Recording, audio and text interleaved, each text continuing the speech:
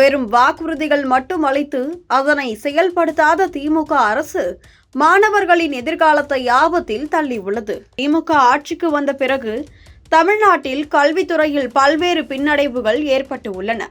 பள்ளிகளிலும் கல்லூரிகளிலும் chocolate, stamp மாத்திரைகள் போன்ற பல்வேறு வடிவங்களில் போதைப்பொருள் புழக்கம் அதிகரித்து உள்ளது. மாணவர்கள் வகுப்பறைகளில் இவற்றை பயன்படுத்துவதை வீடியோக்கள் மூலம் காண்கிறோம்.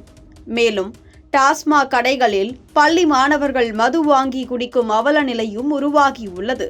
இது மாணவர்களின் ஒழுக்கத்தையும் எதிர்காலத்தையும் பாதிப்பதோடு கல்வி நிறுவனங்களின் நம்பகத்தன்மையை கேள்விக்கு உட்படுத்துகிறது.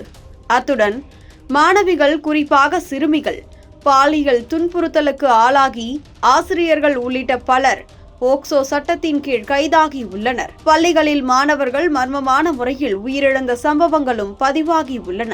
இவை கல்வி நிறுவனங்களில் பாதுகாப்பு இல்லாததை வெளிப்படுத்துகின்றன. மேலும் திமுக ஆட்சி நீட் தேர்வை ரத்து செய்யும் ரகசியம் தங்களுக்கு தெரியும் என பிரச்சாரம் செய்து ஆட்சிக்கு வந்தாலும் அதை நிறைவேற்ற முடியாமல் தோல்வியடைந்து மாணவர்களிடையே குழப்பத்தையும் ஏமாற்றத்தையும் ஏற்படுத்தியுள்ளது. இதனால் கல்வியில் சிறந்த தமிழ்நாடு என்று நடத்தப்படும் விழாக்கள் வெறும் கண் துடைப்பாகவே தோன்றுகின்றன.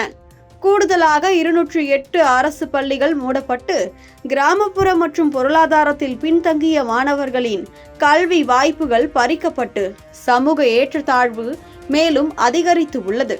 இவை அனைத்தும் திமுகவின் கல்வித்துறை நிர்வாகத்தில் உள்ள பலவீனங்களை தெளிவாக காட்டுகின்றன.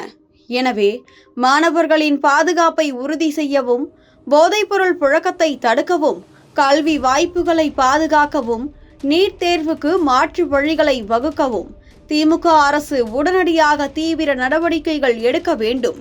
இல்லையெனில் கல்வியில் சிறந்த தமிழ்நாடு என்ற கூற்று வெறும் வெற்று முழக்கமாகவே நீடிக்கும்.